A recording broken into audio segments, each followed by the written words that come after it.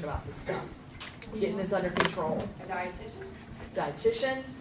Let me ask you a It question. ain't gonna be me, because they're Who gonna look knows at me like I'm who crazy. knows little to nothing about nutrition? You fat. Why I gotta listen to you? You know who knows less? Doctors.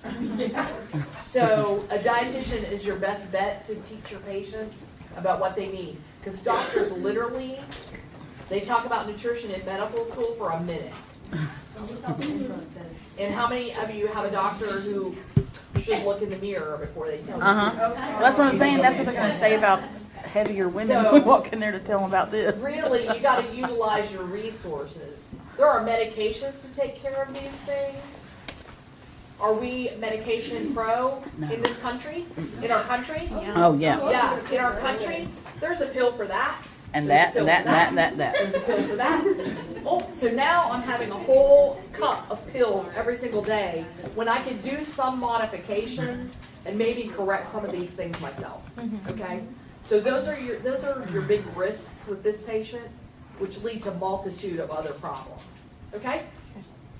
The opposite of hypercortisolism is hypocortisolism, which is Addison's disease. Okay? So my labs are going to be the exact opposite.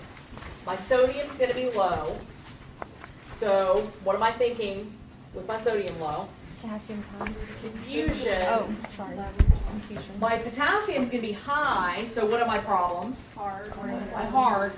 And my glucose is going to be low. So what's my problem there? More confusion. What do you get like when you don't get to eat? Hangry. You get hangry, Headache. shaky, you don't feel good. Headache. So they have the low glucose, they're already confused from the sodium being low, and they got some cardiac problems. Do you think this person could be really sick? Yep. Yeah, they can be. Whoops. It also has a test. And what I really want you to know is this is timed also just like the dexamethasone suppression test, but you need to know which test diagnoses which problem. Yes.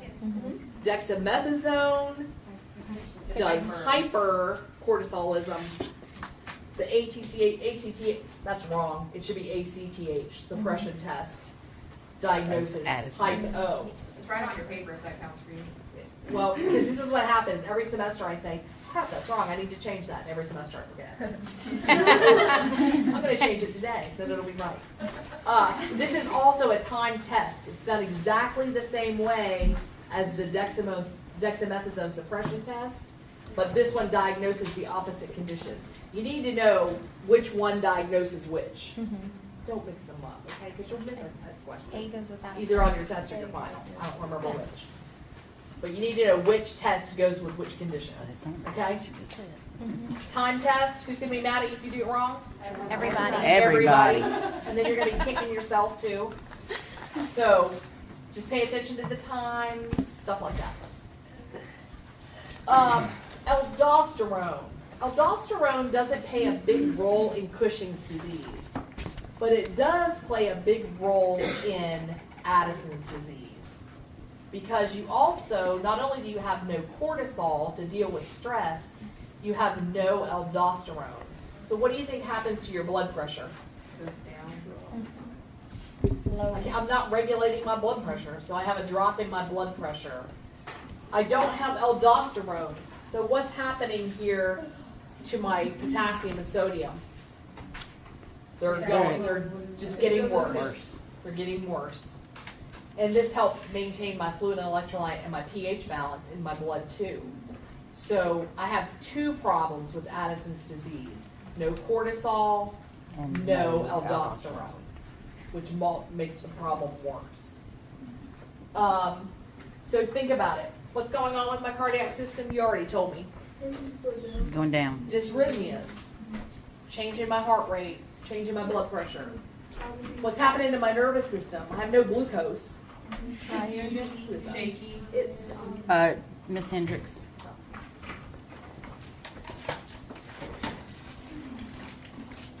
Did you need me?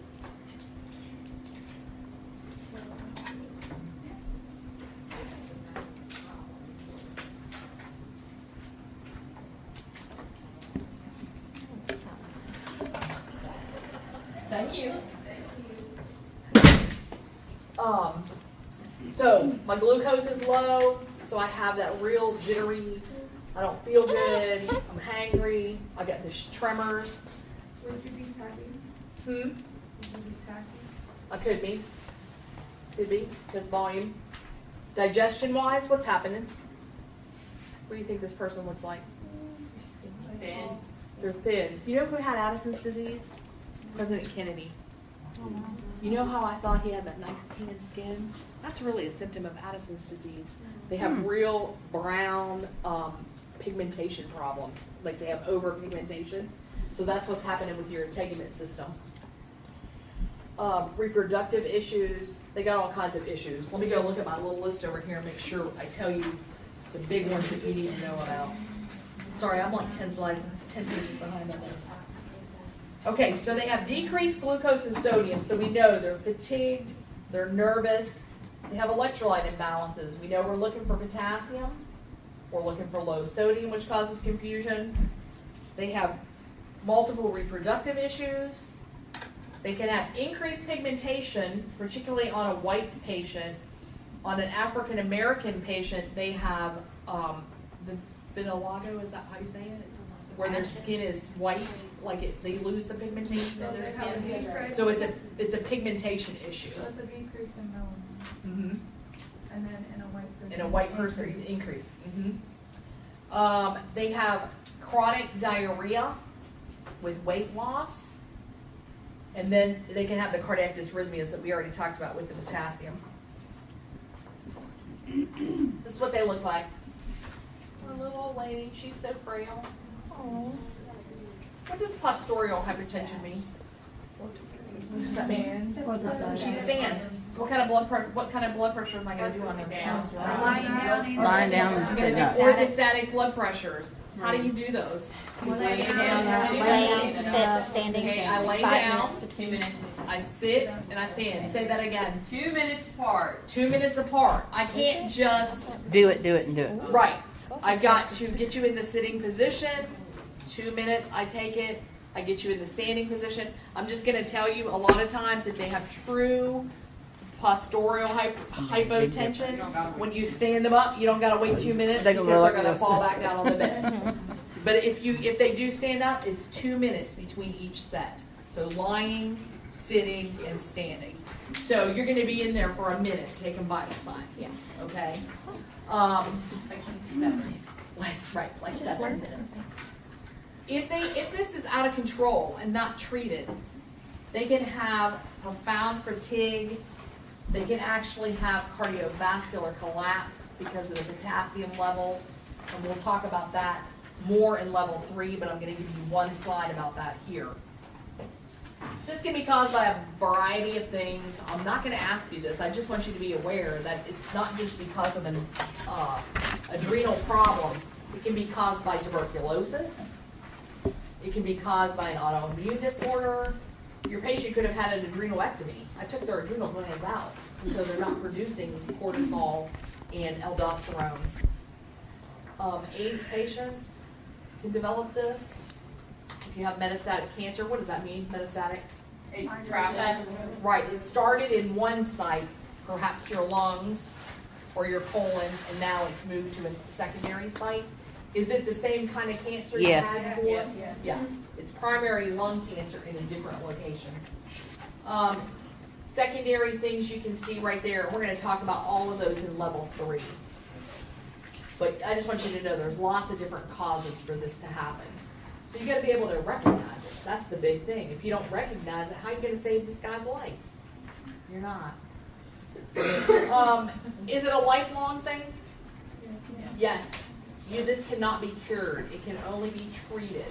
So when I'm nursing my patient, most of what I'm doing is treating patient symptoms. teaching. I'm teaching them about the medication. I'm teaching them about diet changes. Because what do I not want him to have? I don't want him to have salt substitutes because they're potassium and he already has too much potassium. You just need salt. He needs salt. Do people know that necessarily? Mm-mm.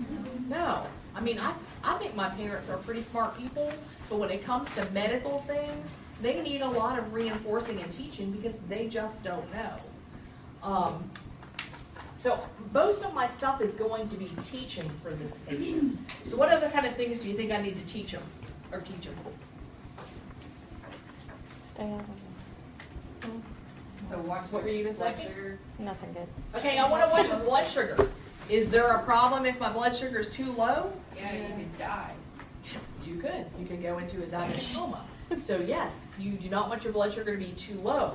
So I need to teach them to monitor their blood sugar. What else? Increased carbs. Increase carbs. They're fatigued. They have no energy. I want them to increase proteins and increase carbs in their diet. What else? You want to teach them to sit down for a minute before they stand up. Right. Because you do have a problem with your blood pressure dropping when you stand up. So I want you to sit on the edge of the bed before we stand up to go to the bathroom. I want to give them a second to get their equilibrium and get their balance back. What else? Would you want them to like use sun protection or something because of the skin? Well, I'm going to say this. Everybody should use sun protection, but their problem is an internal problem. It's not from the sun. Okay. Yeah. But everybody should, if you have a skin cancer question, sun protection is the answer. Okay? I know, I read these It's questions. not hand washing? It's not hand washing for that particular patient. Come on now. I know, I tell you, it's hand washing for Just everything. wash melanoma. No, that's the most missed question on the NCLEX is hand washing. That's ridiculous. Y'all should know to wash your hands. Start learning that when you're 2. You got to teach your patient that this is lifelong. Just because you feel better today, you feel better because we've got it under control and you're taking your medication and you're doing what you're supposed to do. If you stop doing those things, you still have this disease and it's not going to get better. It's lifelong. Let me ask you this. If I have this disease and there's a possibility that I'm going to have some sort of an exacerbation, do you think that if Jackie walks up to me and I don't know what's going on and I can't tell her, she's going to immediately say, oh, well, she's got Addison's disease? No. No. That person needs to wear a medical alert bracelet. Just like a diabetic does. Some sort of identification so that if you can't communicate with whoever the responder is, they know where to at least start looking for the problem. And do patients like wearing those? Nope. Not really, because then everybody will know. Well, yeah, but okay, it could save your life. So you have to be the one to convince the patient that this is really a good idea for you to have some sort of identification saying that you have this problem. We're not going to talk specifically about medications, but the treatment for this is steroid replacement, okay? So generically, have you talked about steroids with every single topic so far? Do you know anything about steroids? What do you know? Do not Make you really stop fussy. them abruptly. Don't stop abruptly. We're going to taper them. This patient's not going to taper because this is lifelong. Be careful going into crowds. Careful in crowds because I am Immune compromised. immune compromised. What else? Blood sugar. I'm Wash your hands. going to check my blood sugar. Wash your hands. Yes, wash your hands. Okay, my nurse comes in and she's coughing, Better go back out. sneezing. Here's your fill out my pocket. What does your nurse need to do? Go back What do outside. I need to do as the nurse? Go back outside. Put a mask on. Put my mask on. Wear my gloves. Don't be spreading other people's germs in that patient's room because you know they're immune compromised. What else do I need to teach them about this? Rinse their mouth off. Okay, if it's oral, they're going to rinse their mouth out. If it's like the inhaler, they're going to rinse their mouth. This is an actual Pill. IV or a pill, though. What else do you think they might need to know? It can make you hungry. Okay, I want them to avoid alcohol. Are they all going to listen to that? Nope. Nope. Say that It again. can make you hungry. It can make you hungry. Do you need to eat? No. Yeah, this patient's a little frail thing anyway, To let them eat. so we want to let him eat. Watch But what you eat. if I'm getting too much of this, what's going to happen? Opposite nerve. I'm going to have Okay. Cushing's. So that does need to be monitored. That I'm not, over medicated. What else do you think I need to know about? You talked about preventing illness, preventing infection. What about wounds? on this Is it gonna person. take longer to heal? It's gonna take longer to heal. So you need to be aware that if you have a wound, you need to take care of it because it could get infected easily, and it's gonna take longer for that wound to heal. We talked about tapering the dose if they need to, protect themselves if they're sick, and avoid crowds. Generically, you've had this with every single content. You should not miss a steroid question in level 2. Okay? And I know this because I've seen it on every single test. And I'm probably going to see it on your notes. Yay. It's probably on your GI excretion test too. We love that drug. Just saying. We're going to talk all about Addisonian crisis in level 3 and what we're going to do for that patient. But really what happens is my sodium and glucose drop really quickly and my potassium increases really quickly. So I have cardiac dysrhythmias. If I had dysrhythmias, am I perfusing the way I need to perfuse? No. If I have hypotension because of the aldosterone problem, am I perfusing the way I need to perfuse? So what's happening to my patient? They're going to die if I don't do something for them. So in level 3, we're going to talk about what we're going to do to keep them from dying. But that is our complication, okay? Is the Addisonian crisis. Okay, y'all have any questions about any of those that we had so far? Now I know you're going to go home and you're going to say, oh my God, it's so confusing. They're all the same or they're all different. And you're going to get them confused. So when you study, really focus in on hyper and hypo and make sure that you really know the difference because that's what's going to happen on your test. You're going to read the question and you're going to say, oh, I know it's one of these, but I can't remember if it's hyper or hypo. So this is a really hard test to study for because of that. But if you remember, they're almost all exact opposites. If it's hyper, it's one thing. If it's hypo, it's the exact opposite. You just got to keep straight what the hormone does, and then you can think through if I have too much or too little what's going on. Okay? So when you're studying, study one till you're positive you know it. Then move on to the next one and study it till you're positive you know it. Or you're going to mix them up on a test. I'm just going to tell you. I know from experience. Okay?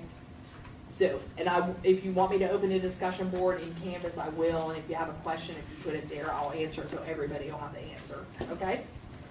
So, let's talk about diabetes because half of the world has diabetes. Okay? This one, unfortunately, has 2 feedback loops. It has 2 feedback loops because your body does one thing if your sugar's too high. It does another thing if your sugar's too low. So let's talk about our blood sugar being too high first. Who on their paper can tell me what insulin does? Regulates your blood sugar. How? How's it doing? Store glucose. What? You can speak louder. Okay, it's the key. Insulin is the actual key that unlocks the cells that takes that blood sugar from your blood and pulls it into the cells where it's needed. Okay? It's the actual key. So if you, this is real nice color coded, and I was going to play you a video, but the guy's just weird on there, so I'm not going to. But I will give you the link if you want to listen to him. He does kind of talk. He's from England. The pink circle, I have high blood sugar. So my pancreas releases insulin, which does 2 things to the blood, the sugar in my blood, the glucose in my blood. It lets some of it into the tissues. So my fat cells, my muscle cells, where it can be utilized. Then if I still have too much, it sends it to the liver and turns it into glycogen. It just kind of sits there waiting for the day, and Miss Geary doesn't let you out of class at noon and you think you're starving to death. Okay? So now, on the green cycle, my blood sugar is too low. The pancreas acts to that also. So the pancreas releases glucagon to the liver and takes all of that stored glucose, well, glycogen there, and turns it back into glucose. So either way, you have a delicate balance there. If your blood sugar is too high, the insulin can bring it down. If your blood sugar is too low, the glycogen can bring it up. okay? So you have 2 cycles on this one. So there's really, the trigger's your blood sugar, but it depends on if it's too high or too low. And we're going to talk about both of them. This is a tricky content topic in here because we cover some stuff in level 3 and some stuff in level 4. I'm going to tell you what you need to know for level 2 because the chapter is like 80 pages long, it's all over the place, and so I'm going to tell you which parts you need to focus on, okay?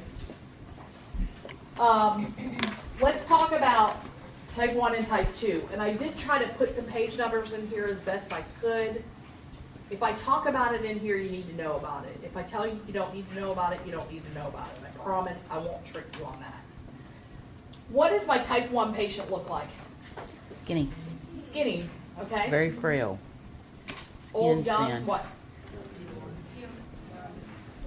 Usually young. They used to call it, they don't call it that anymore, but it used to be called juvenile diabetes. It usually happens in kids and teenagers. And you'll see this little skinny teenager who eats nonstop and never gains any weight and is always in the bathroom peeing, okay? And it's because the beta cells aren't making any insulin at all. So let's talk about those 3 P's. Polyuria means what? Excessive urine output. Polydipsia. Polyphagia. Hunger, okay? So here's what's happening. I'm constantly hungry, even though my blood sugar is sky high, because I have no insulin, so my cells think they're starving to death. So I'm trying to find a source for food for my cells, and I eat, but it never gets to my cells because I have no insulin. These people have a total lack of insulin. So what is their treatment? Insulin. Insulin. Can I give them a pill? No. No, not yet, not today. They're probably working on that for the future. But for right now, the only insulin. treatment for a type 1 diabetic is actual insulin injections. I'm replacing the insulin that they don't make, okay? They usually are young. They usually are a little skinny kid, teenager, early adult. And the other thing about them is this happens suddenly. It's not a long, gradual process. They're perfectly normal, and then in 6 weeks, they're so sick. And they're dehydrated because they're constantly putting out urine without replenishing.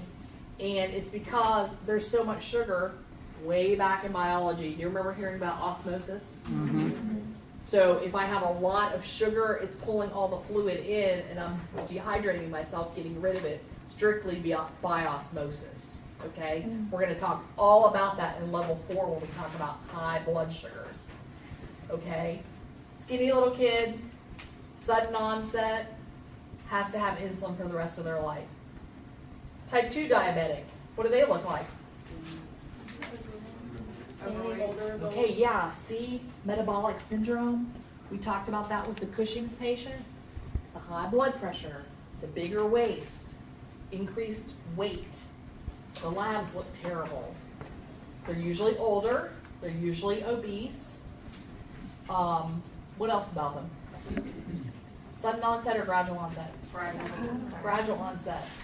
So if I have a gradual onset, I can still have excessive thirst, but you might not recognize it because it's over a long period of time. When basically, I'm just going to tell you, you're getting old, your pancreas is wearing out, and you're not producing enough insulin anymore, or the receptor sites aren't working the way they used to be. And that's why we have different medications, because different medications act on different things to make your blood sugar lower. So, does this one have risk factors? The type 1? Mm-hmm. What are his risk factors? Too much insulin and they Not can enough. drop too fast. No, his risk factor for developing diabetes. Oh. What's his risk factor? Yeah, genetics. It's usually autoimmune. They say it's an autoimmune thing. Can it be prevented? No. No. It's going to happen. It's going to happen.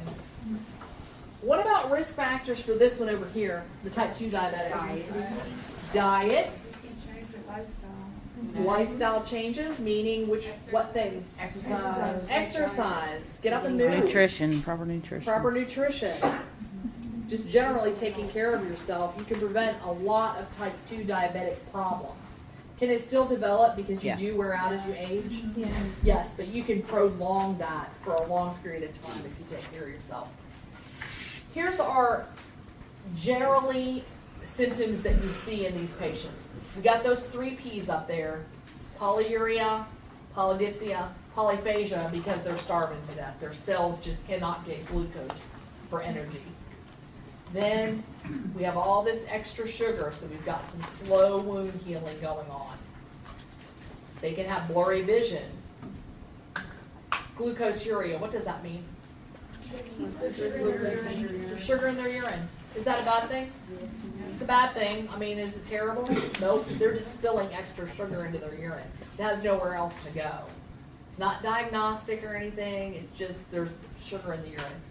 Acetone breath we're going to talk all about in level 4 because this has to do with high blood sugar and it has to do with them burning ketones.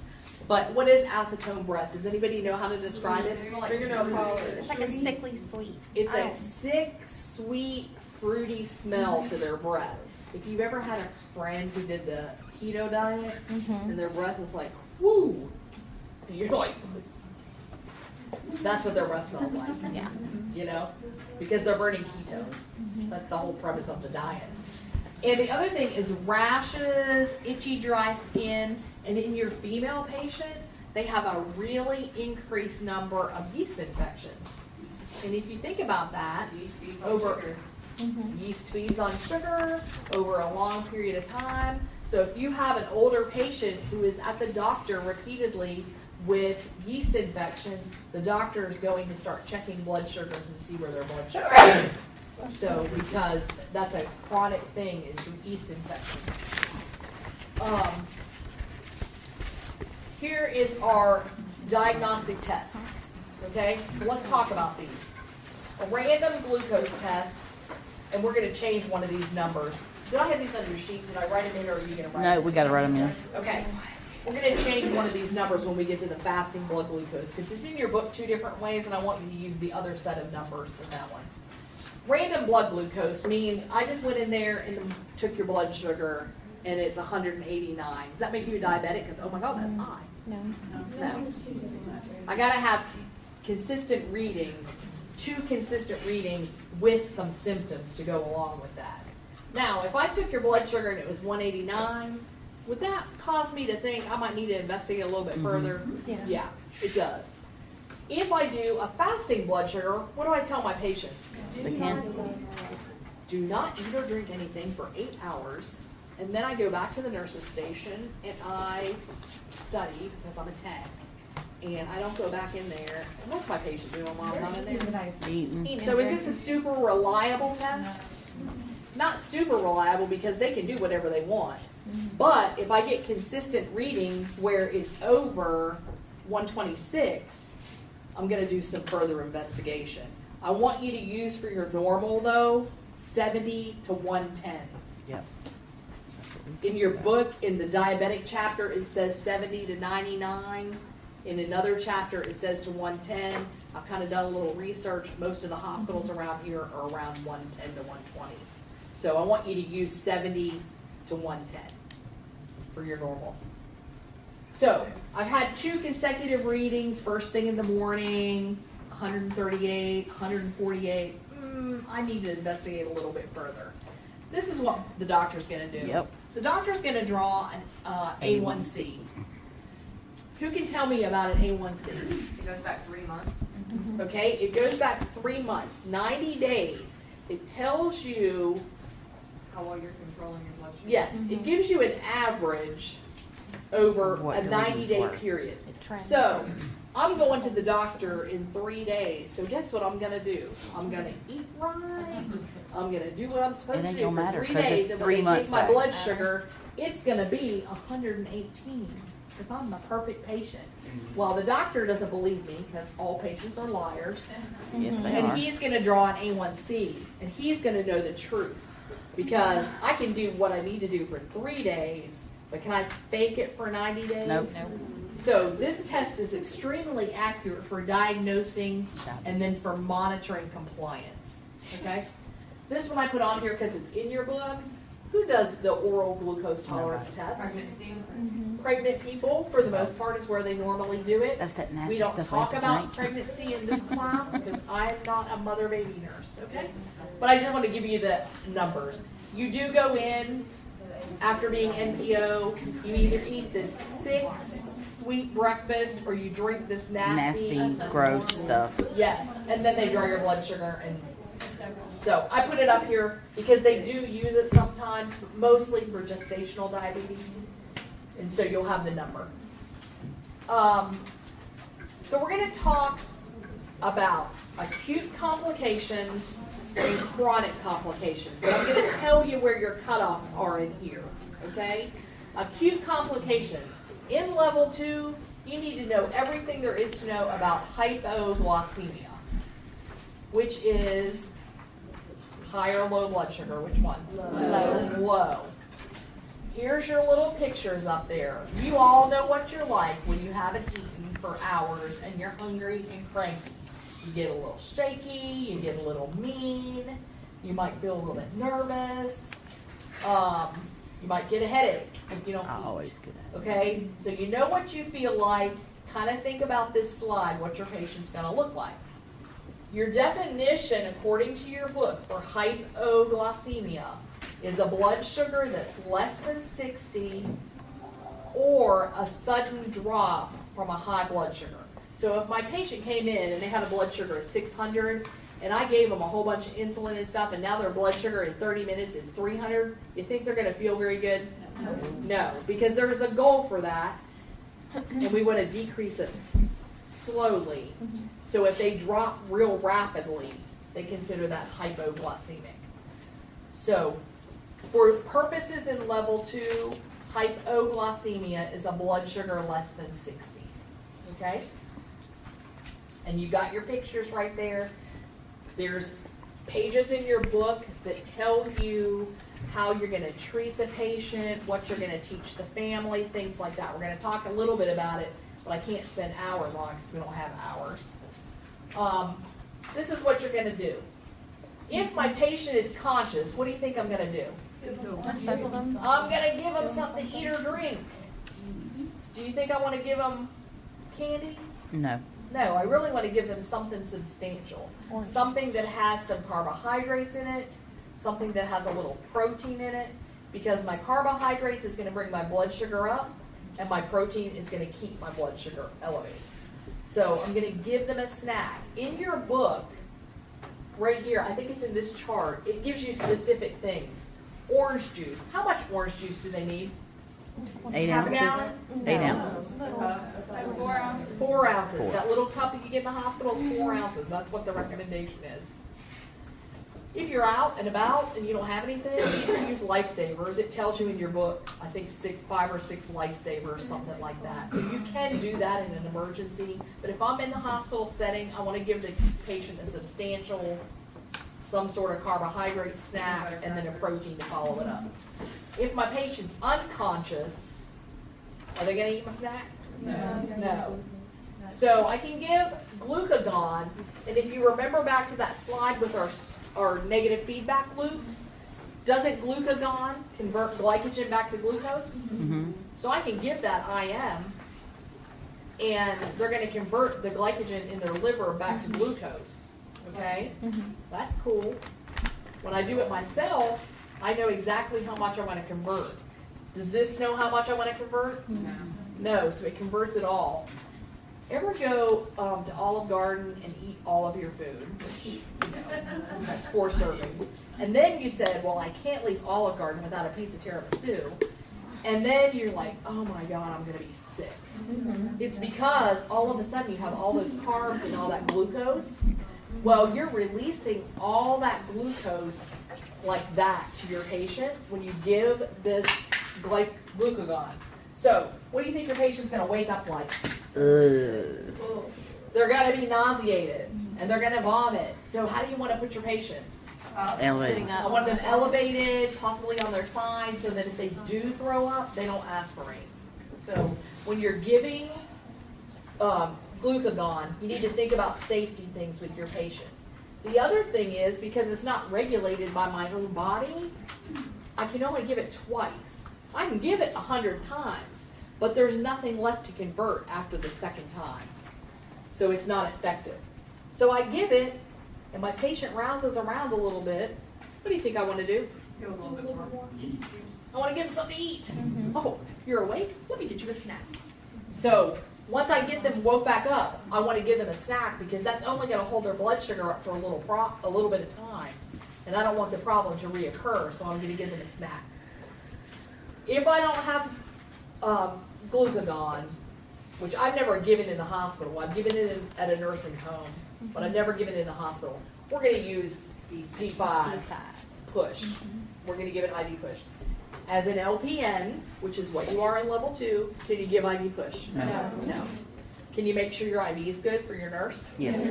Can you hand the dextrose to her? Yeah. Like, don't just come to me and say, I need you to give some dextrose to my patient. Okay, that is not helpful to me. You need to know what your blood sugar is. You need to know where the IV site is. It's a good IV site, and here's the dextrose. And you can get everything ready. You just can't actually physically go push the drug. I give my dextrose. My patient starts rousing around a little bit. What do you want to do?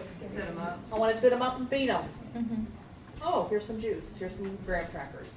So read this little part in the section about treating your hypoglycemic patient and what you need to teach your family when they go home to identify the symptoms and what they're going to do if, mom has a low blood sugar or the kid that was just diagnosed has a low blood sugar. Okay? This is just a slide about glucagon. It's your first aid kit. So this is just a slide that I found. It's pretty good. He's sitting up. I'm going to feed him now.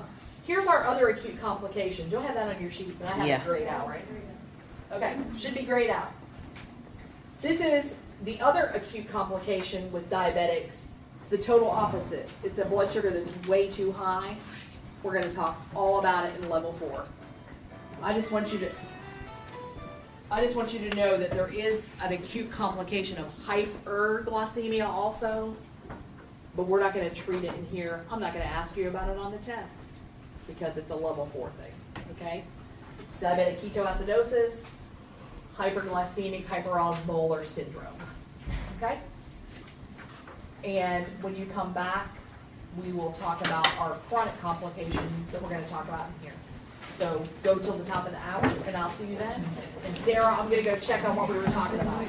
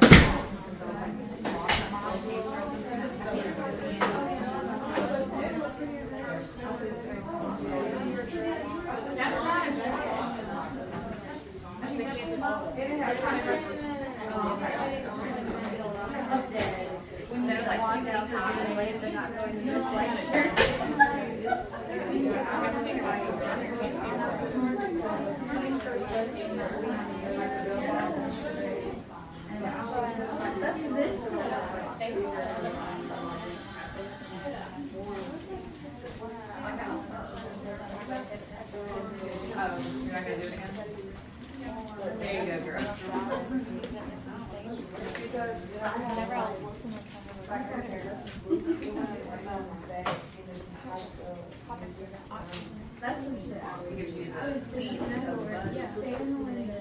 That sounds like good information.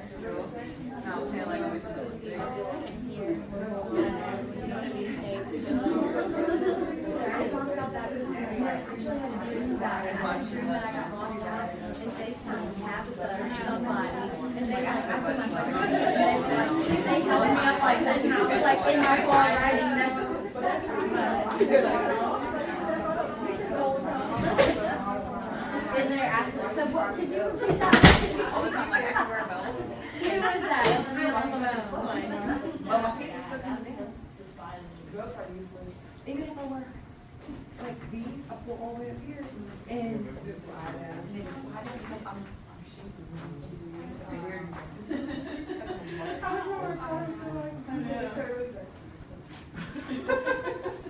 And we went shopping yesterday, I was like, man, it's not gonna be pretty.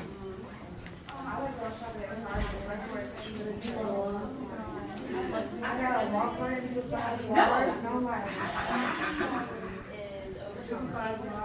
Yeah, like, we went and bought, like, I bought these yesterday, and I put them on, I didn't try them on, she tried hers on. She was like, oh, wow, they're small, and like, you should go down a size, they're gonna be big. I was like, well, I've always been large in everything I get, so I'll just get a large, because and I hate trying pants on, that's the one thing I hate trying on. So I put these on this morning, I was just like, these are kind of big. And these are gorgeous, but they're, Reebok. Like, but this is what I'm saying, like, this is why I keep picking up. I don't have a cut, so if I'm sad, no. This is way, oh, yeah, this is way down. So if I'm sad and I put down, it's just my friend. It's way down here. It's like way down here. So I show my friend, and they're like, you really don't have a cut. Did you shave for the rest of your the nurses, like that over there, they just shave like for the outline of the respirator. Like right here. Yeah. Like one of them, like he had like a full beard and he just like left some chops and then had like a handlebar mustache, and that was it. And I was like, shave the chops off, leave the mustache, and chops are killing it. And he's like, salt right here, and then you're right here, like you look stupid. And you gonna stop. I noticed it. Yeah, I don't like saving my face. So much time.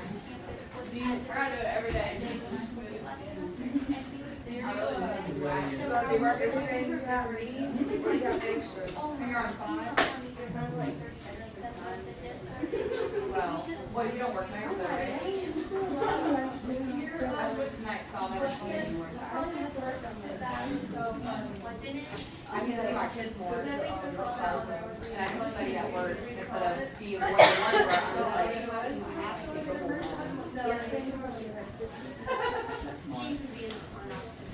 Yeah. Do you remember in first school, was it middle school, like, and you remember relationships with Christianity? Yes. Like, you know, they said, like, about 3 o'clock it starts slowing down, so I'm just like, hang out, work, and stuff. If I have any questions, I'm like, hey, go nurse.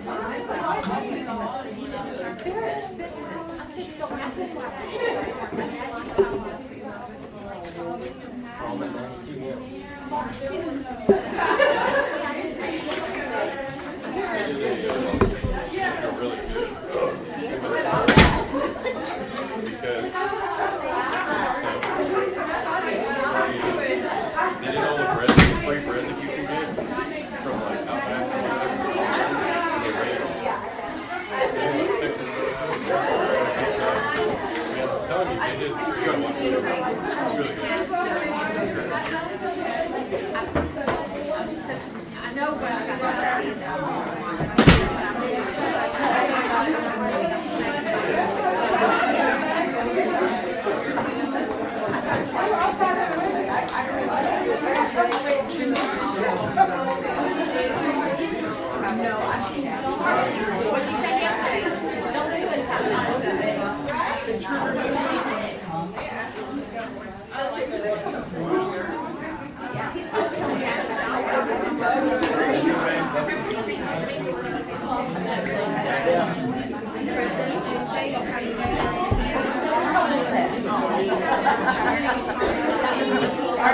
smell it from anywhere?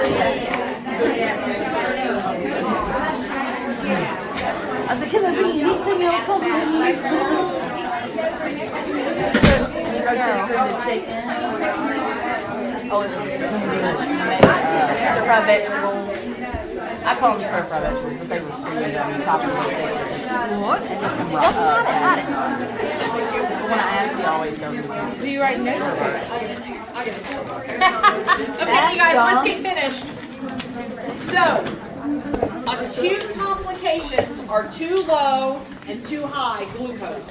Which one do we care about in level 2? Too low. What can cause it?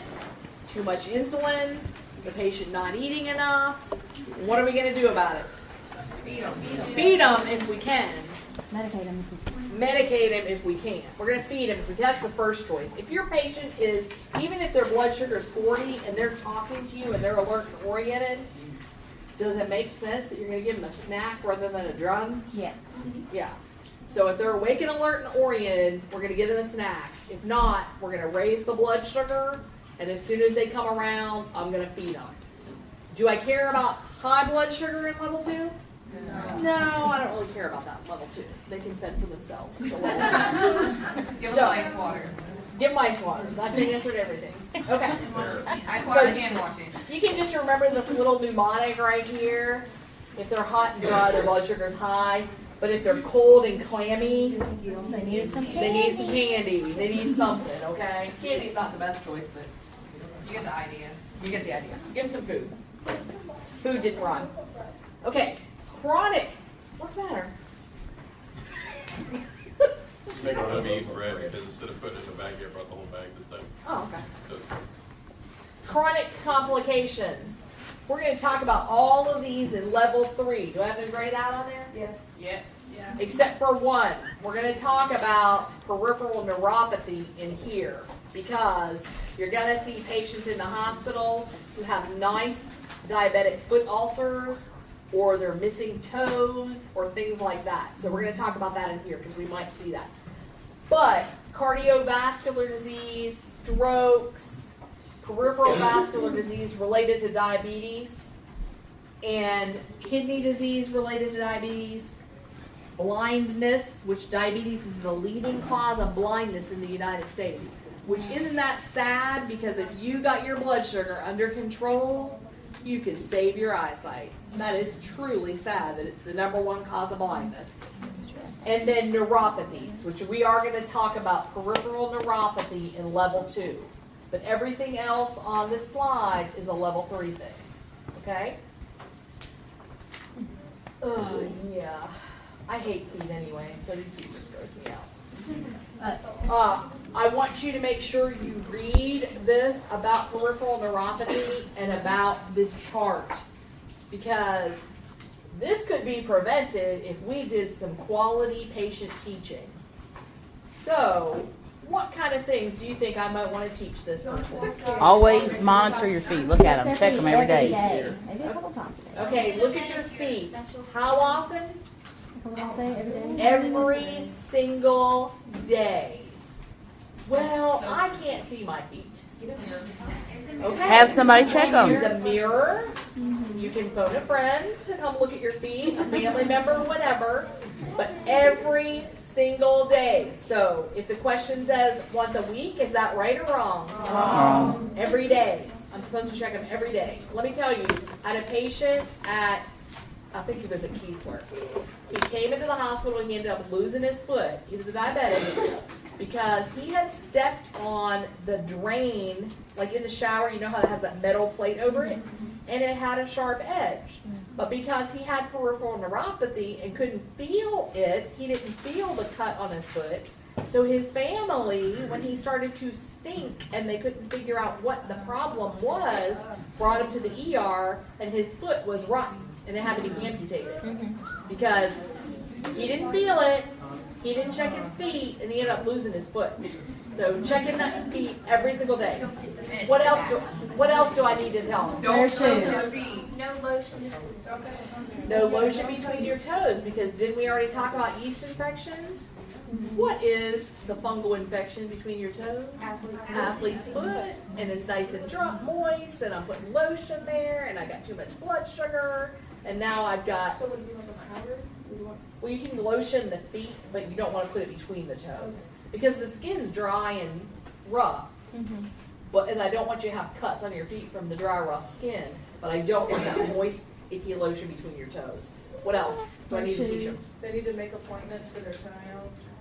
Yes, they need to make an appointment. The recommendation is with a podiatrist. Can everybody afford to go to a podiatrist to get their toenails cut?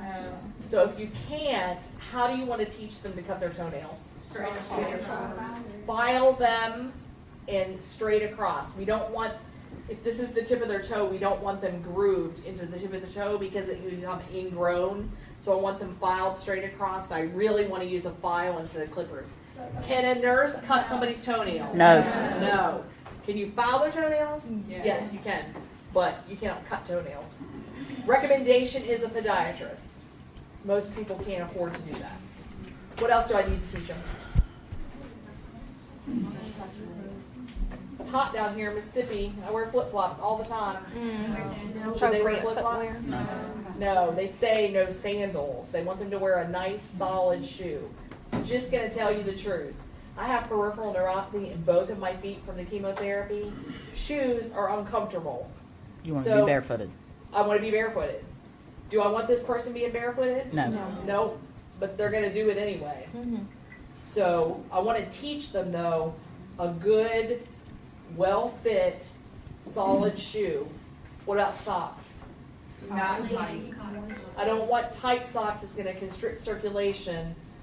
They recommend white socks because of the dye. If you do get a blister, they don't want the dye. But the patients are going to do what they want to do. All you can do is do your very best teaching. Somebody said soaking their feet. We don't want them to soak their feet. Because they might get too hot water. Right. And if you are going to get in the bath or the shower, you need to make sure that the water's not too hot, because if you don't have good feeling in your You feet, can't tell. you're not going to be able to tell if you're burning yourself. Anything else I might want to think about?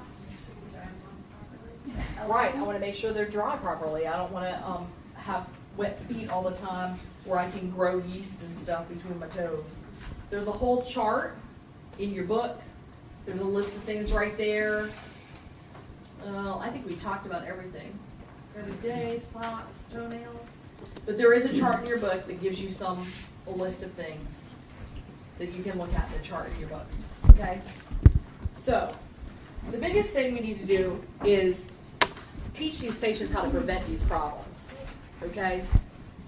Because who wants these problems if they're all preventable by getting your glucose under control? So, the things that we need to talk about, 4 things.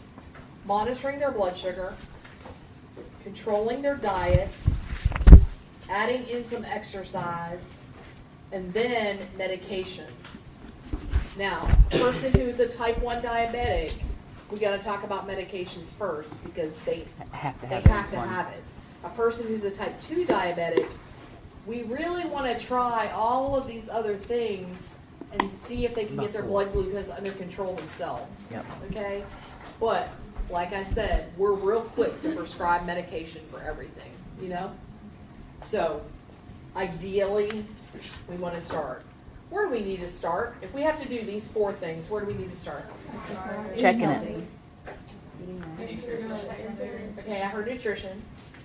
I'm sorry, what was the question? Like their knowledge level. Okay, I need to know their knowledge level about what's going on with their diabetic situation. But I also need to, they need to know how to monitor their blood Right. sugar. So I said Because to check if we it. don't monitor the blood sugar, we don't even know where we're starting. I mean, they might be doing a fantastic job, and all you have to do is just reinforce the things that they already know. Or they might be doing a terrible job. But if I don't monitor their blood sugar, teach them how to monitor their blood sugar, I'm never going to even know where I'm starting. Okay?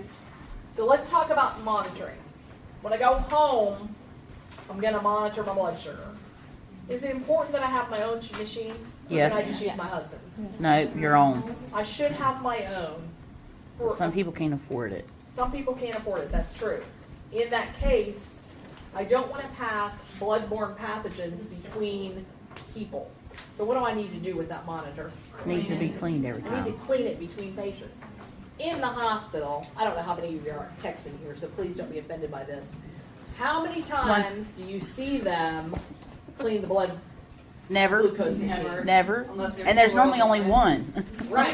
There's usually one on the floor, and I go in and I lay it either on the filthy bedside table or on the actual patient's bed, and then I get blood to check their blood sugar, and then I go to the next room and I do The the same same exact thing, and I didn't wipe it off. So what am I doing? Pat taking every I'm germ spreading from germs, one to the other. and I have the potential to spread bloodborne pathogens. So keeping that monitor clean is an important thing. So as a nursing student, what are you going to do in the hospital? You're going to clean it between patients, okay?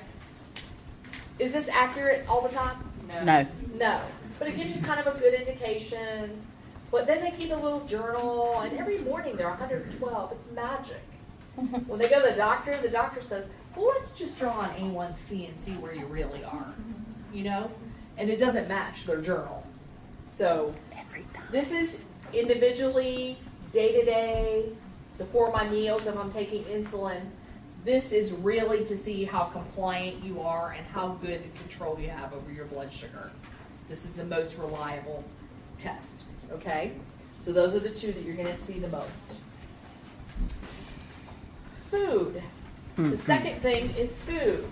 Yep. Okay? The recommendations are 45 to 60% carbohydrates. Is that high or low carbs?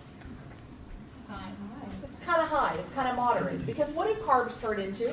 Energy. They turn into glucose. They convert to glucose. right? They need to be good, healthy carbs. So you want good carbs out of your vegetables and stuff.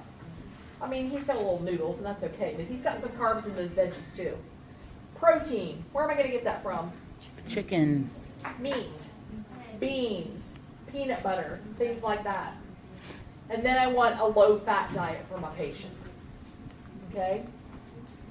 And all your little dietary things, they're in like 2 columns on those 2 pages in your book of the recommendations. So, do you need to know, like, if I give you 3 meals, which one would be best for your Yes. diabetic patient? Yeah, you might need to know that. Just saying. Let it be that Here's the thing. picture. This is how they do it. Back in the old day, I don't know if anybody has parents or grandparents who were diabetics, but they used the diabetic exchange, and they had this big chart, and if I eat this, it's worth this and this, and yeah. Well, the way they do it today for outpatient patients, and these are the ones who are compliant, you don't see in the hospital, because I'm telling you, once we get them in the hospital, we get them all screwed up, okay? Because we feed them, and we give insulin, and we just get them all screwed up. Your truly compliant diabetics who have good control of their blood sugar use carb counting, okay? They know how many carbs are in everything under the sun, and they know how many carbs they're eating, and they take their insulin based on the amount of carbs, Yep. okay? How do you know what foods have carbs in it? You look it up. If you're young, you got an app for it, or you can Google it. If you're old, you go to the bookstore and you buy a book. You know what I'm saying? I did Weight Watchers one time. I knew the point value of every food under the sun. If you can learn point values and stuff, you can learn the carb values and stuff. Right. And it's really quite simple. Meat. Does meat protein have carbs? No. So, if I'm eating meat, I don't have to count any carbs. Right. Okay? If I'm eating pasta Yes. and rice, does it have carbs? Yes. Yes. How big is this serving? 1/3 of a cup. Who eats 1/3 of a cup of spaghetti? That's ridiculous. I don't know who makes up these portion sizes. But that's true. The meal that I ate at Olive Garden, I ate 4 servings. I ate mine and their 3. Because that's what my serving is at Is that Olive Olive Garden. Garden? Right. That's hungry. So I have a slide up here that shows you portion sizes. They're ridiculous. Mm-hmm. And is your patient in the beginning got to think they're starving to death? Yeah. Are they really starving to death? Yeah. Yeah, they probably are kind of for a minute, but they're all. But they eat a lot of meals throughout the day. That's why. This is how they do their insulin. For every 15 carbs that I eat, I'm going to take 1 unit of Novolog or Humalog. And that's where they started at, and then they adjust it based on how the patient responds, okay? So, I gotta know what carbs are, or I'm just gonna be randomly taking insulin based on what I think a carb might be. So the first part of this eating comes with my education. Whoops, hold on. Did I take it out? Oh, here it is. Okay. Here's your thing. 1 slice of bread. So I'm gonna eat a turkey sandwich. On a fold over. You can take the sandwich and not use the bread, Yeah, but I mean, I want the bread. You need carbs. So that's 30 carbs right there, so that's 2 units of insulin. And then I'm gonna eat an apple. Is there an apple up there? A small piece of fruit, so It's my a red quarter of delicious an apple. Quarter of it. is 2 pieces, 2 fruits. What's a banana? A whole banana is 2 servings, so that's 30 carbs. Yeah. So you gotta learn what carbs are. Here's your pastas right here. Half a cup. 1 noodle. Yeah, really, 1 noodle. The government made these serving sizes. A half a cup of rice. Okay, a half a cup of oatmeal is too much, but I don't like oatmeal. But I mean, think about that. You can only have half of that bagel. That means you see 2 bagels. I mean, so you gotta do a lot of teaching and convincing that this is a good thing. And then some of them aren't going to change. They're going to stay Right. with what they're used Some of to. them aren't going to change anyway. So here's what they need. They need a meal plan. Okay, who's going to help them do that? You can, a nutritionist. There's usually specialized people who can help them sit down and come up with a meal plan. Let me ask you a question. Has anybody in here ever been on a diet? And I'm going to eat healthy, and I'm going to have a salad for lunch, and I'm going to go home, and I'm going to eat my 1 serving of protein, and my 1 serving of carbs, and my vegetables, and then shit happens, and I didn't go to the grocery store, and I go home, or I go to Waffle House. What happened to my plan? Load it out the water. It was non-existent. I said I had a plan, but I really didn't have a plan. So if they don't have a plan, they're doomed to fail. So you gotta have a meal plan. They gotta know what they can eat. They gotta sit down and plan it out. Okay? Does this take time? Yes. Yeah, it takes time. You gotta know which foods have carbs in it. There's lots of resources for that. Would they go to, would this, like, do you think this information would be given also like the diabetic support group? Because there's like tons of them around here. Yep. Because we're just also fat Yep. and diabetic. Oh my God. Diabetic support groups, they have some wonderful stuff. Yeah. If I had more time, they have great stuff you can borrow that shows what Everybody these has carbs to do in your body. So, but they gotta know. So you gotta get them the resources. You gotta think about that. My dad's I'm 82 fat. I'm years not old. diabetic. He ain't gonna sit down and Google anything. Okay? But he might I'm look just down the healthy book. fat. You know? Measuring A1C is like tools. 5.6. Like I'm I good. said, I have a cup of pasta. Yeah, that's not very much. So what I think is a serving of pasta and what they say is a serving of pasta may be 2 entirely different things. I'm eating 1 serving. I fit it all in 1 bowl. You know? You gotta teach them what 1 serving is. I mean, if it's in 1 bowl, it's 1 serving, right? So, measuring cups, food scales, things like that. Keep a food journal. If you eat 2 Oreos, you gotta write it in your food journal. It keeps you on track. If you just need the cream. Don't write it down. So, these are the tools that they need to keep them on track eating-wise. They gotta learn to read labels. Does everybody know how to read a label in the world? No.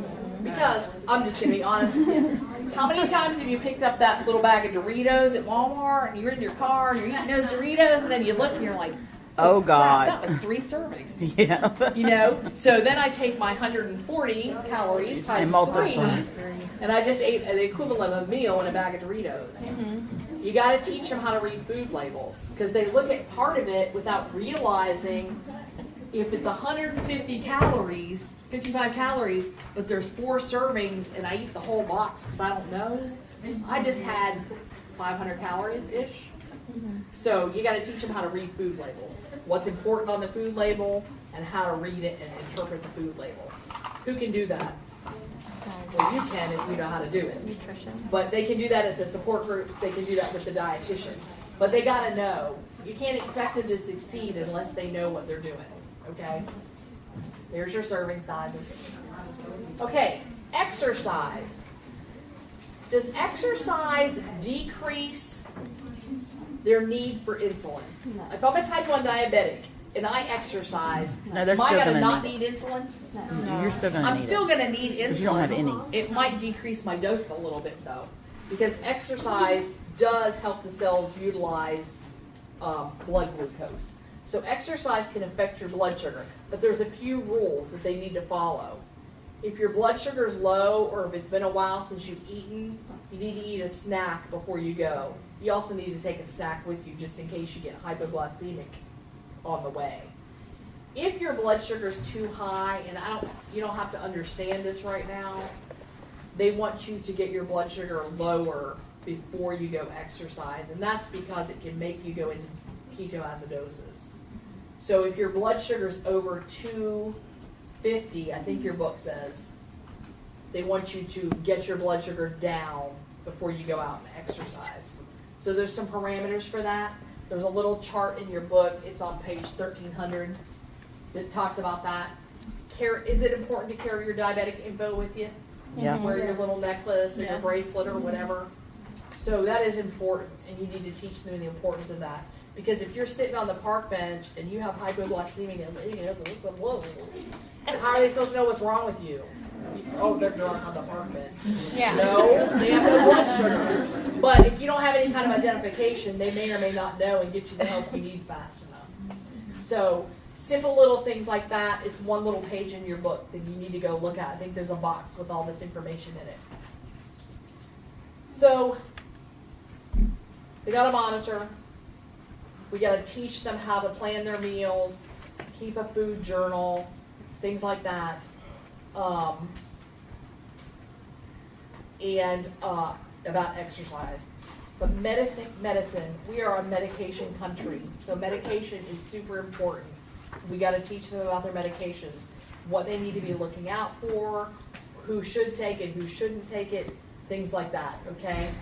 So let's talk about insulin first. Yes? Whenever they're exercising, and if the signs and symptoms start to occur, would you instruct them to like stop for the day, Stop and eat your snack. but they don't need to keep going? Like if they get better, then they don't need to keep going, they need to stop. They just need to stop. Okay. So let's talk about insulin for a minute, generically insulin. What are some kind of things that can affect the absorption rate of insulin? The time in relation to food. Like if I take it way before my food, I could have hypoglycemia, you know? So I need to make sure that it's time. In the hospital now, you know, your patients can call, they used to bring breakfast at 7:30, lunch at 11:30, and dinner at 4:30. Now, your patient can call downstairs and order their breakfast at a certain time. I'm not ready for lunch, I can eat at 2 o'clock. Do I want to give my 11:30 insulin if my patient's not going to eat till 2 o'clock? Nope.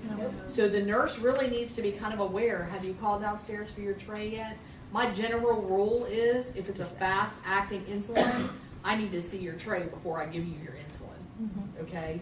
So it's a little bit different than it used to be. It used to be real regimented with the meals, but now it's real patient-friendly. You can call and get your food when you want it, which kind of jacks you up when you're planning your day because you don't know when they're going to eat. But you need to be aware of that because am I going to be real happy if she gave insulin at 6:30 and my patient doesn't get their breakfast till 9? No, I'm not. I would rather her not give the insulin and I'll give it at 8:45 when they get their tray. So you just got to be cognizant of their meals now in the hospital. You need to know your peak times and your duration times and those things that you learned in level 1. Did I leave that blank on your sheet? Yeah. Yeah, there's a chart in your book. I use copy from the chart or look at the chart. Sometimes if you write it down, it helps reinforce it. But you need to The peak know, control stuff. you need to know the peak time and the duration. So when is my patient most likely to become hypoglycemic? And how long do I need to be concerned about this one particular type of insulin? Okay? I know you had those in pharmacology, and I know you've forgotten them all. But there is a little handy chart in your book that you can look those up. I do want you to look at this. Here's a little thing with the little The peak different on types. sometimes. You can kind of look at it. It's not exactly the same as your book, but generally these are right. Okay? I want you to look at these two sliding scales though, because these are the two kind of sliding scales you're going to see in the hospital. Yep. Depending on which one the doctor likes the most. This one right here is a standard sliding scale. I check your blood glucose. If it is 245, you're getting 8 units of Humalog. Yep. Okay? All spelled out for you. The nurse doesn't even have to think. Just read and give. Okay? This one over here, you have to do a little math.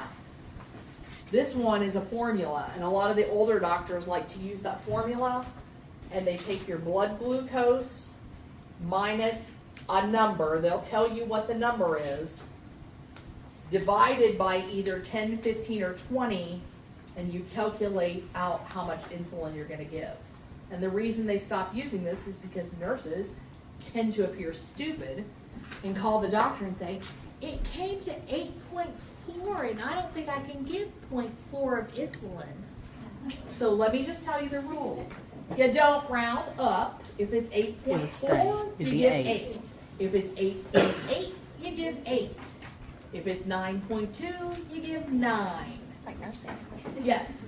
Doctors are like, these nurses are dumb. Let's just write it like this. So don't be dumb. Okay? Don't round up. That is an excellent test question right there to calculate the dose of insulin on your patient based on the formula. Okay? Just let you know. I'm not going to give you this one because it's too easy. You're gonna make me do the math. But I might make you use a calculator. So if you see a calculator on your desk, you know we gotta do that. Okay? So, are you going to round insulin up? No. No. I don't care if it's 8.9, you're going to give the whole number 8.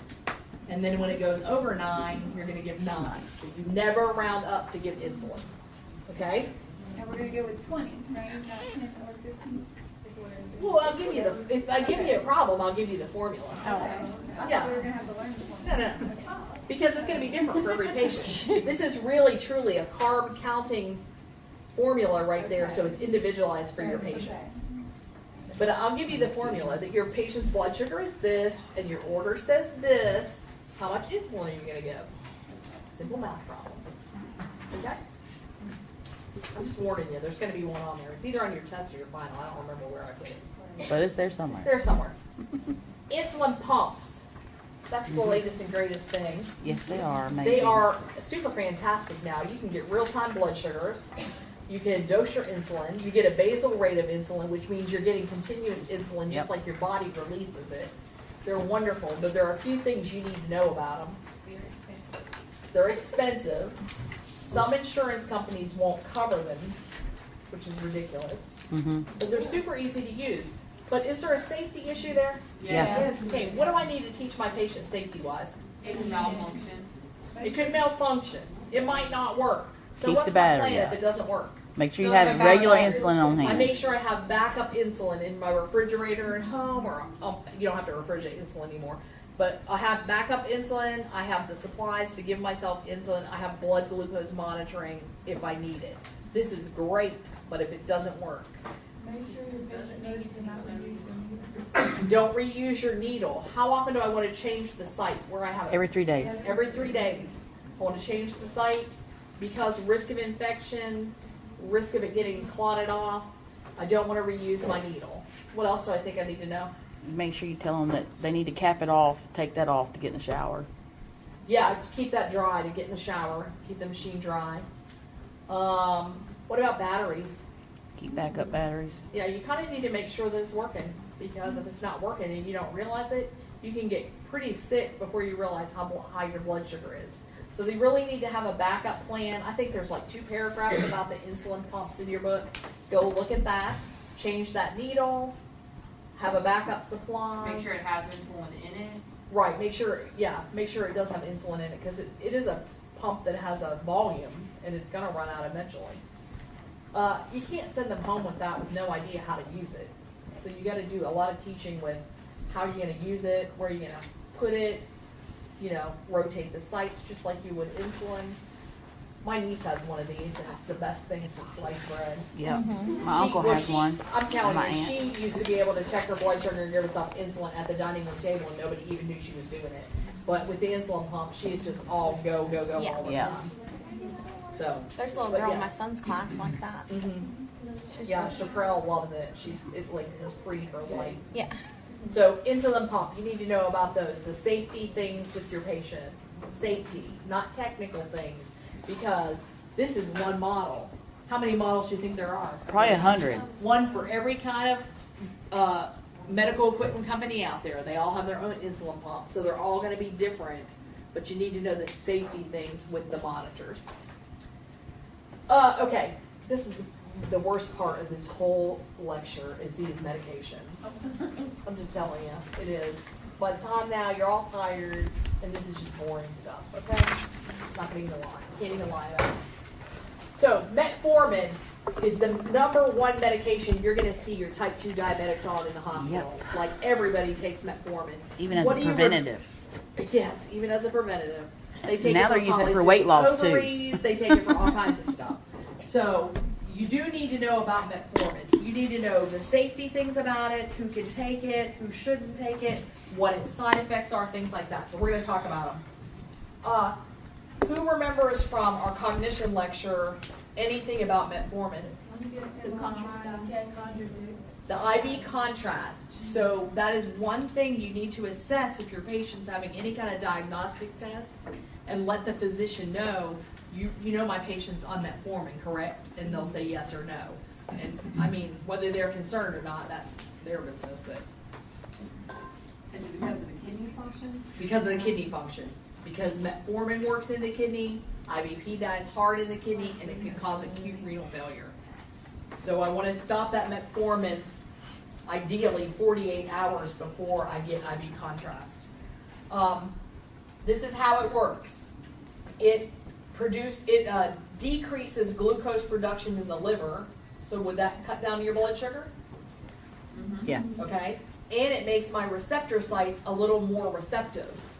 So will that open up my cells a little bit? So the insulin that I do have is able to be utilized. So that's how it works. The problem is it works in your gut and it causes GI problems. So a lot of people who take it, they're going to tell you, oh, I just don't like taking it because I have diarrhea and it makes me so gassy all the time.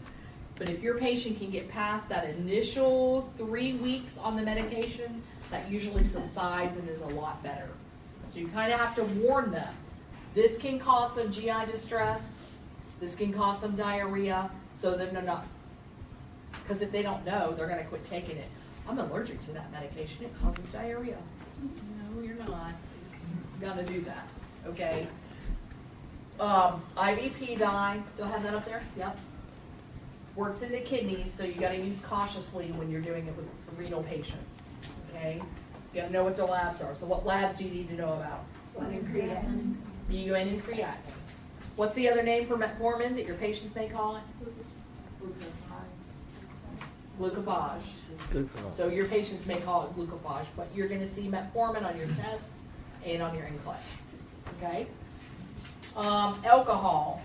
They should not drink alcohol when they're taking this medication because it causes lactic acid buildup. Let me ask you a question about when we're talking about diet. Can my diabetic patients drink alcohol? They should limit it. Because it's got a lot of sugar in it. High They- sugar usually, but. They can drink alcohol. Here's the problem. The sugar in alcohol will cause hypoglycemia. It will cause your blood sugar to drop. So if you're going to drink alcohol, your book and the ADA says you need to drink it with your meal. So if you're going to have a glass of wine, it needs to be consumed with a meal. If you're going to have a beer, it needs to be consumed with a meal. Because the sugar in the alcohol will cause a decrease in your actual overall blood sugar and cause hypoglycemia. So they can drink in moderation with a meal. Okay? Let me see what else is about this medication that I wrote down. Anything? Just be aware of the kidney thing. BUN creatinine, the IVP dye. The second line drug is these sulfonylurea drugs. And this is glipizide, is what your patients are going to call it. And this is how it works. It causes increased insulin secretion. So what do you think I need to teach this patient? All of a sudden you have more insulin than you used to have. Signs and symptoms of hyperglycemia. Say it really loud. Signs and symptoms of hyperglycemia. Hyper or hypo? Hyper. Right, hypo. Hypo. It's anti, sorry. Yeah, hypo. Because this one actually produces more insulin, so you're having an uptake more glucose, and it's going to lower your blood sugar, and so they can become hypoglycemic. This drug also interacts with all kinds of other drugs, so this is the one drug that you should not take over-the-counter medicines with, or any other kind of medicine without talking to your doctor first. And this one also causes GI problems. They all cause GI problems. I'm just going to tell you right now, nausea, vomiting, diarrhea. This one also causes weight gain. So let me ask you a question. If I'm a type 2 diabetic who already has metabolic syndrome, they're You don't wanna already give kind of them this. heavy, and they already have the big waist over the recommendation, Not and I'm give going to them give that them a one. drug that causes weight gain. Is that ideal? No. No, it's not the ideal choice. It does have its place and it does work, but the patients they use it for are kind of selective. Let me make sure I didn't forget anything to tell you about that one. You're going to see this one in the hospital also. The other name for glipizide is glucotrol. So you've probably heard patients that are on glucotrol. They use these in combination a lot, metformin and glipizide together. The next set of medications are your TZDs and pioglitazone and rosiglitazone. These decrease glucose in the liver, and they also increase your receptor site sensitivity. So it'll lower your blood sugar by that way. Here's the thing. I start you on this drug, you're not going to see results tomorrow. It takes 12 to 16 weeks. That's a long time, 4 months, to see good results from the medication. Do you think doctors get frustrated and give up when John's something else? Yep. Probably. They don't wait long enough. Patient's not happy. They want something different because it's not working fast enough. So 12 to 18? 12 to 16 weeks. It also causes weight gain. So is it ideal? No. Nope, not ideal because it causes weight gain. Peripheral edema. I already have some vascular problems from my chronic complications. Now I have peripheral edema. Is that good for me? So I really have a skin integrity issue then, that I need to be monitoring that client's skin. Cardiovascular disease, they need to monitor their weight. They should not be taking this if they have cardiovascular disease. I think this is the one with the red box warning. No, I'm lying. It's another one. This would cause vision changes. Let me ask you this. Did hypoglycemia cause vision changes? Can diabetes overall cause vision changes? Yes. Did I tell you that blindness, this is the leading cause of blindness? Mm-hmm. So are my vision changes from my uncontrolled blood sugar or from this medication? So Uncontrolled what do you blood sugar. recommend? I recommend you go to an eye doctor annually yeah. and have your eyes checked. We're going to talk about all that in level 3 about the eyes. Bone density. What do I want to talk to my female patients about bone density? How do I increase that? Calcium and vitamin D. Supplements, Exercise. weight-bearing exercise. So I can prevent the bone density problem by weight-bearing exercise. Do I have to go run a marathon? Nope. Walking, swimming, yoga, things like that. I know this stuff is super boring, I'm sorry. I'm just going to be honest with you. I'm not going to ask you about all these drugs. I care about the very first 2, but the NCLEX cares about them all. So that's what I want you to know about. I care about metformin, and I care about glipizide, because those are the ones you're going to see the most. This one is alpha glucodase inhibitors. and this works in the GI tract. So what kind of symptoms do you think your patient's gonna have? Diarrhea, gas, upset stomach. They're not gonna like taking this at first. You gotta take this one with food because it works in the GI tract.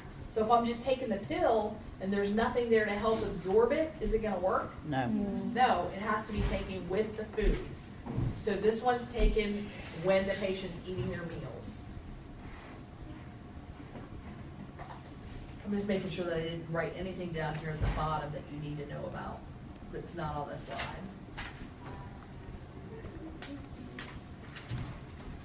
Sodium glucose transport inhibitors. These actually work in the kidneys. And what it does, it keeps the kidneys from reabsorbing the glucose, so you're excreting glucose in your urine, okay? That's just a symptom, it's not a problem. It is a problem, however, if you don't have bladder emptying, and you have a whole bladder full of sugary pee, what are you gonna get? UTIs, because you have just the perfect breeding ground with the sugary urine just sitting there static in your bladder. So you need to teach them the signs and symptoms of UTIs and yeast infections. This one works in the kidneys. So I also need to use very cautiously with diabetic patients and renal patients, people who are dehydrated. This is the one you see on TV, Invocana, and Persiga. They have good commercials. I've never seen these in the hospital, but we're going to see them in the hospital. They're coming. Because as more and more people are prescribed them, you're going to see those same people coming in the hospital. Isn't that the one they have the lawsuit against right now? Mm-hmm. Still on the market, though. Sure is. For what? What's the lawsuit? I think they were losing limbs. But see, these patients who get these now are the ones who are pretty compliant, and they're going to start prescribing them more and more and more, and then you're going to see them on the patients in the hospital. You know, there's millions of diabetic patients that you never see in the hospital because they've got good glucose control, they have minimal complications. But those ones that you see in the hospital repeatedly, losing toes and having episodes of hyper and hypoglycemia, they're your non-compliant ones. So you're going to start seeing these drugs eventually. This one right here is your DPP-4 inhibitors. These work in your stomach, and they slow down the emptying of your stomach. This is the one on TV that they say can help you lose a little bit of weight because they help you feel fuller faster so you don't eat as much. So are you really losing medicine because of weight because of the medicine, or because you're just not consuming as many calories? And it's win-win though, if you're a type 2 diabetic. This does cause hypoglycemia. It also can cause an allergy rash, an itchy rash. It also can cause pancreatitis. What did you learn about pancreatitis in GI? It's the inflammation of the. Is it painful? Yeah. Yes. So what are you going to teach your patient if you're giving them this medication? To report any abdominal pain. Abdominal pain, sudden onset abdominal pain. What else?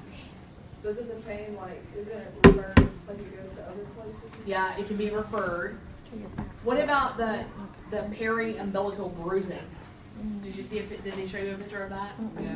Where they have this big bruise, right? It's just this weird bruise that comes out of nowhere. It's a sure sign of pancreatitis. But usually on sudden onset, acute pain, pancreatitis. So if my patient has a history of pancreatitis, I don't want them to take this drug because it can cause it again. And I need to teach my new patients, if you've never had it and this occurs, you need to report that to your doctor. So you got to know what the signs and symptoms of pancreatitis are. And then these are the last ones. These are brand new. They're not insulin, but they are injectable.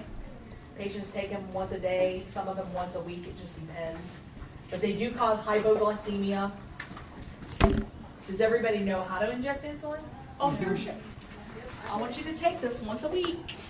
Terry, give yourself this insulin once a week, okay? Come back and see me in 3 months. Okay.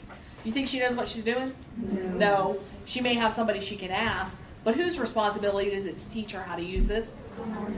The nurses. So I want to teach her how to give herself the insulin, how to monitor her own blood sugar, and how to give herself this medication. Okay? Lots of patient teaching, lots of opportunities to teach.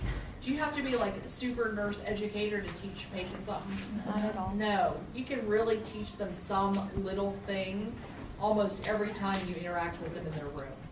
Okay? They can be beneficial. This one also causes pancreatitis, so again, you need to know the signs and symptoms of pancreatitis. Okay. I'll open a discussion board, so if you have a question, put it there. Do you have any questions right now? How are you going to study? I'm going to study until I know this one, and then I'm going to move on to this one, okay? And then when I take the test, I'm going to stop it.